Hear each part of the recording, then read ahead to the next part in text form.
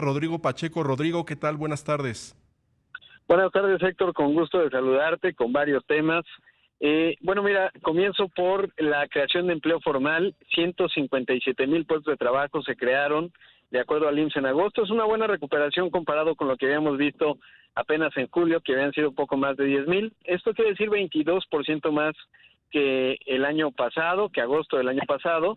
Así que bueno, pues eso es un buen dato. ¿Cuáles son las entidades que crecieron más? Como ha venido siendo desde antes de la pandemia, te diría, Héctor, Baja California Sur 13% más, luego viene Tabasco 13% más. Evidentemente en Baja California Sur pues es una entidad muy pegada a la dinámica de Estados Unidos, por un lado, un sector manufacturero muy potente, y por el otro, el caso de Tabasco, que avanzó 13.5, como te digo, vinculado, por supuesto, al tema de la refinería. Y luego, en tercer lugar, Quintana Roo, con un avance de 10%. Ahí la recuperación del sector turístico evidentemente es la clave. Decía la sector que en julio, por ejemplo, hubo una ocupación de vuelos internacionales de 85%, así que un crecimiento importante y se ha mantenido afortunadamente para México. Y luego ya en un tercer lugar, Hidalgo, que acaba de renovar, por supuesto, la gubernatura, luego ya viene Nayarit, etcétera. Si lo vemos por sectores, el avance y el crecimiento más importante fue el de transportes y comunicaciones con 8.6% y el sector de la construcción con 5.3%. Así que bueno, algunos de los datos del empleo formal, que es fundamental en términos del crecimiento económico. Así que bueno, pues ese es uno de los temas, mi querido Héctor. Y otro asunto, sabes que yo estoy acá en Monterrey, acaba de ser la premiación de los reconocimientos Eugenio Garza Sada. Es interesante porque premian tanto empresarios de larga trayectoria como emprendedores, etcétera. Un mensaje interesante de José Antonio Fernández Carvajal, el presidente de FEMSA, y bueno, pues un mensaje en donde planteaba ver al futuro más que ver hacia el pasado, obviamente visibilizando el capitalismo consciente como una de las fórmulas para tener crecimiento hacia adelante. Por otro lado, y en otros temas también te cuento que Alsea anunció una inversión importante en nuestro país. 4,500 millones de pesos es lo que piensa invertir. Acaba de cambiar recientemente justamente de presidente Starbucks a nivel mundial. Va a buscar con estos 4,500 millones de pesos abrir 200 nuevas cafeterías de esta cadena. Es la más grande del mundo, tiene 30,000 en todo el planeta, y bueno, pues con esta inversión y con 200 nuevas categorías planean crear 3,000 puestos de trabajo, y con lo cual ya tendrían un total de 13,000. Actualmente Alsea la encabeza a Armando Torrado, que recientemente tomó la estafeta de liderazgo, y en el caso de Starbucks es Francisco Toso, el nuevo director de Starbucks en México. Así que bueno, pues ese es otro de los datos justamente que hay importantes en términos de inversión en nuestro país. Hoy es un día lento allá en Estados Unidos porque descansan, digamos, no es un día muy activo en términos de mercados. Importante lo que ocurrió en Bed Bath & Beyond, una cadena que está de artículos para el hogar, que pues ha tenido ahí algunos temas. El fin de semana pues falleció su director financiero, cayó de un rascacielos. Todo hace pensar que se trata de un suicidio. Bueno, siendo el director financiero pues no es un asunto menor, sobre todo en un proceso de reestructura que está pasando esa compañía, y es lo que hay en el ámbito internacional. Obviamente otra parte importante es el relevo allá en el Reino Unido.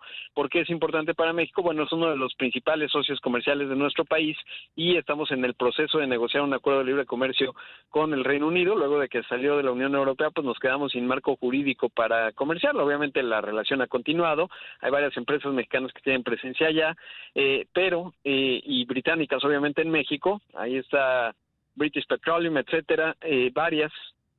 Así que bueno, pues ese es otro de los temas clave el día de hoy vinculado a la agenda internacional, mi querido Héctor. Sin duda, temas muy importantes. Y bueno, estás allá en Monterrey también siendo testigo, Rodrigo. ¿Sigue lloviendo por allá? ¿Cómo va la cosa? Ayer la tormenta que cayó, de hecho hoy no hubo clases acá, y pues sí fue muy intenso. La verdad es que fueron unas lluvias extraordinarias. Qué bueno, por un lado, es el comentario que recojo acá de los regios, porque bueno, pues que se llenen las presas, ojalá esto ocurra. Había venido el miércoles de la semana pasada también por la tarde, también lluvioso, pero lo de ayer fue una tormenta digna de la Ciudad de México, que acá son muy comunes. Cuando llueve en serio.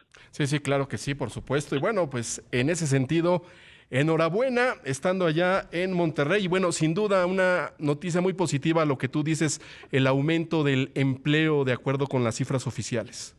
Exactamente.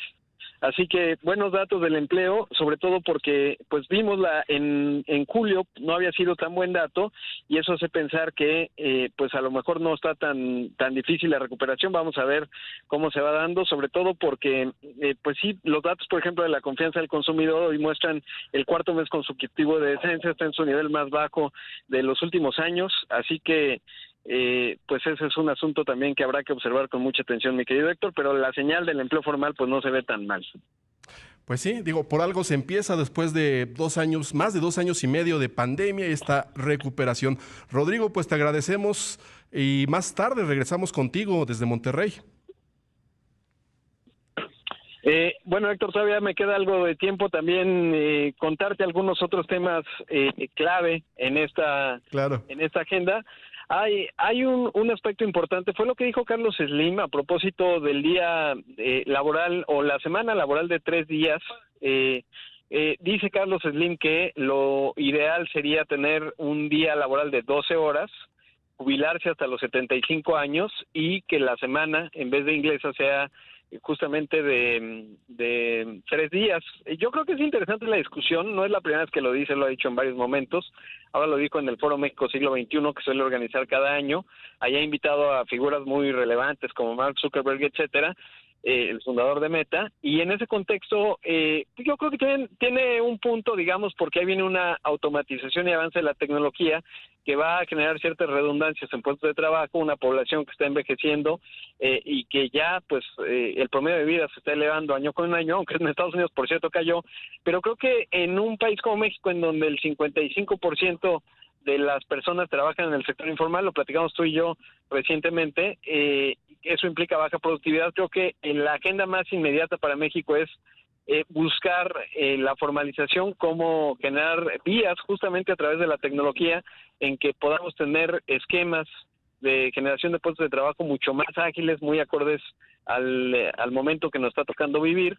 Ahora que veíamos el empleo formal, imagínate lo que se pudiera crear en términos de empleos temporales. Hoy justamente platicaba con uno de los organizadores de una serie de peticiones, una iniciativa en materia laboral de cara justamente a todos aquellos que trabajan en plataformas como Uber, como Didi, como InDrive, en fin, hay varias, y decían, bueno, por un lado está la paradoja de la flexibilidad, ¿no? Porque son personas que a lo mejor quieren trabajar 2, 3 horas al día, no necesariamente 8 o 12 como algunos ocurre, pero cómo se genera un esquema de seguridad social para que estén protegidos en esa parte y al mismo tiempo que no se pierda esa flexibilidad.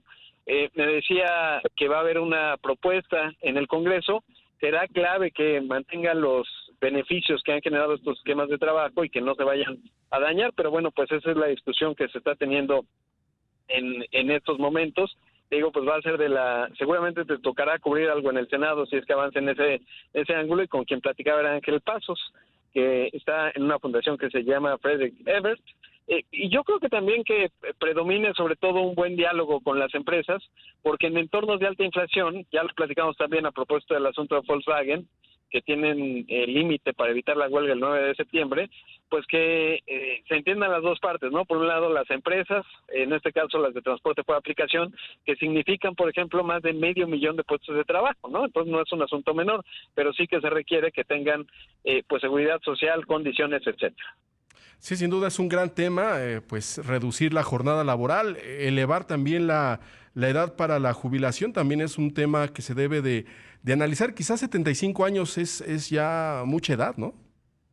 Pues yo la verdad es que no sé. O sea, creo que tiene razón, pero y tienes un punto, Héctor, porque si tú piensas en un país como México con enfermedades crónico-degenerativas, con altos niveles de obesidad, pues la calidad de vida no va a ser la mejor, y entonces yo no sé si a los 75 tendremos. Si alguien me ponía algún comentario en Twitter y me decía, oye, pero las empresas pues no están contratando a personas, ya no digas de 70 o más. De 40. No están contratando personas, pues punto de 50, ¿no? De 40 yo creo que todavía el mercado laboral puede estar fértil, pero sí, la verdad es que ese es un asunto, claro, lo platicamos tú y yo el otro día, ¿te acuerdas? Sí. La edad promedio de México es 29 años, pero ese bono demográfico, pues en algún momento se va a convertir en un tsunami demográfico y la realidad, digamos, laboral se va a imponer. Es probable que la edad para el retiro suba, pero creo que todo pasa primero y la primera discusión que habría que impulsar es cómo logramos que tengamos un sector laboral formal